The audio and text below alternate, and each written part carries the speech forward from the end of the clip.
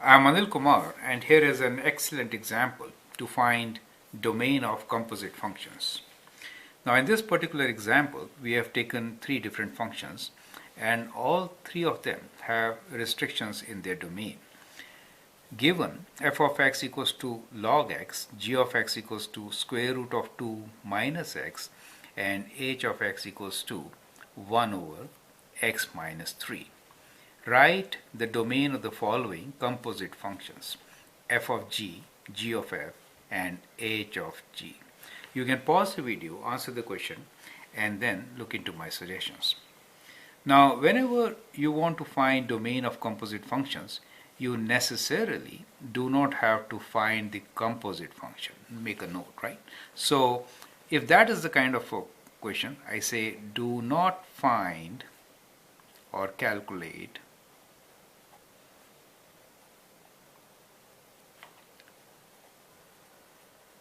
composite function, right? That is main thing. You will save a lot of time in not doing that. Now the question is, how do we find domain without calculating the composite function? This is what we are going to learn or understand in this particular video. So begin with the functions themselves and write their restrictions or domain, whatever is simpler. F of x is equals to log of x. We know x should be greater than 0, right? So that is the domain.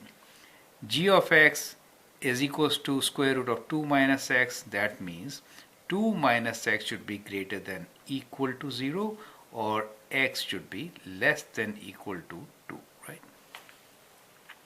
In this particular case, x cannot be equal to 3. So let's write that x is not equal to 3 for this particular case, right? Easy way. And we know it's all real numbers we're talking about. Okay. Now, write domain of the following composite functions. So let's begin with the very first one, which is f of g. So when we say f of g, we mean outside function is f of x, which is log of x. Inside function is g of x. So you'll begin with g of x. So include all the restrictions of g of x. So first thing is that x should be less than equal to 2.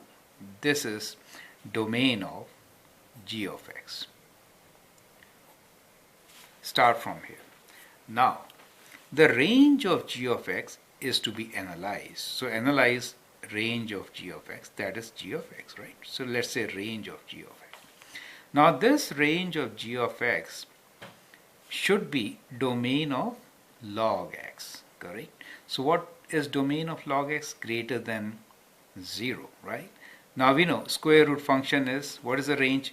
Range here is that y is always greater than equal to 0. But what do we need? We need greater than 0, not equal to. Do you see that? So we do not need equal to 0. Do you understand the psychology of this, right? So strategy is that y is not equal to. So we have to take away the value which gives us a 0. So what value of x here, what value of x will give y as 0? That is what you have to think of. So that value of x is 2. So that is x equals to 2. So you have to restrict that one also. Now once you incorporate that, now we can write down domain of f of g, and we say, well, domain of f of g is equal to x belongs to real numbers, x is less than equal to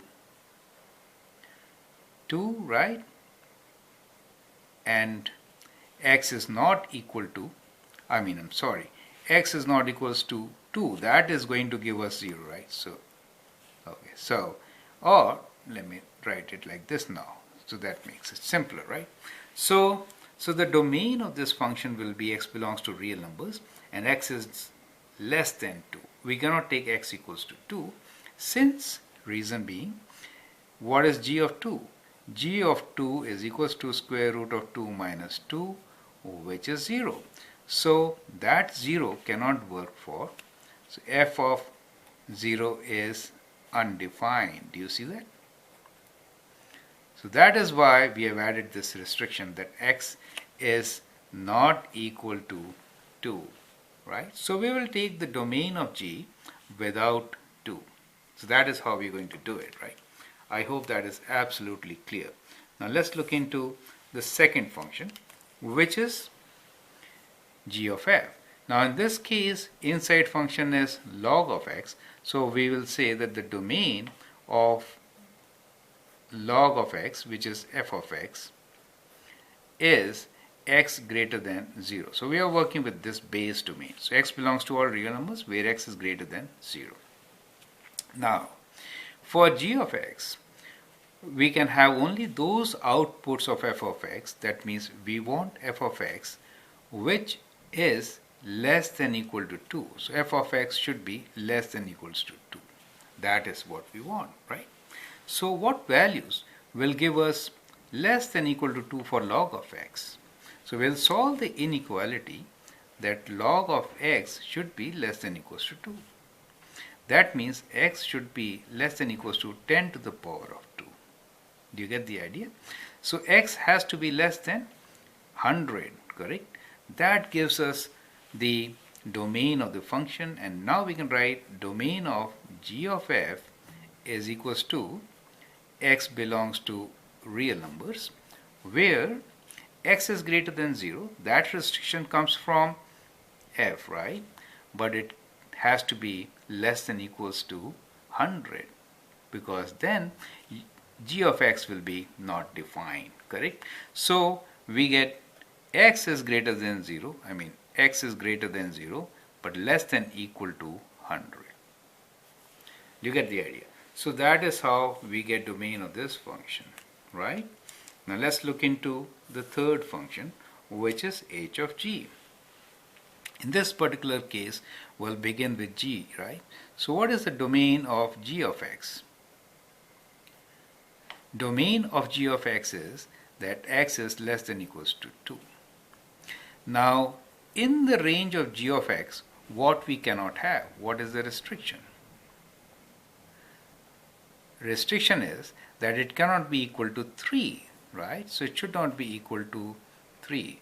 Now what value of x gives us 3? That is what we need. So we'll now find square root of 2 minus x equals to 3. That is not valid. So this value is not valid. So we'll solve. So we get 2 minus x is not equal to 9, or we'll take x this side. 2 minus 9 is not equal to x, or x is not equal to minus 7. Now that gives us the domain of h of g. So now we can write that the domain of h of g is, let me write, x belongs to real numbers so that x is less than or equal to 2, but x is not equal to minus 7. Right? Do you understand? So that is how we are going to get domain of this function. Now let me summarize what we did. To find domain of composite function, you have to begin with the inside function. For the first case, g, domain is x belongs to real numbers. But from the range of g of x, we have to take the values which are valid for log of x, right? For log of x, 0 is not valid, which is in the range of g of x. We'll get 0 for x equals to 2, and therefore our domain is restricted to all real numbers less than 2, not equal to, right? So that is what we did. In the second part, g of f restricts the domain to x greater than 0, but for g to operate on f, we cannot have x greater than 2, right? So x has to be less than equal to 2. So we solved for log of x for less than equal to 2, which was 100. And therefore, we can have x values which are between 0 and 100, where 0 is not included, but 100 is included, okay? In the third case, h of g, we are looking into the domain of g, which is less than equals to 2. But from the range of g, we cannot have 3. X value of minus 7 gives us 3. So in this particular case, g of x cannot be 3. Input of minus 7 gives us output of 3, so that has to be restricted, and therefore we have restricted x to less than equal to 2, but it cannot be minus 7. I'd like you to go through this video once again, understand clearly how you should be writing domain of a composite function without even calculating these composite functions. I hope that makes it clear. Thank you and all the best.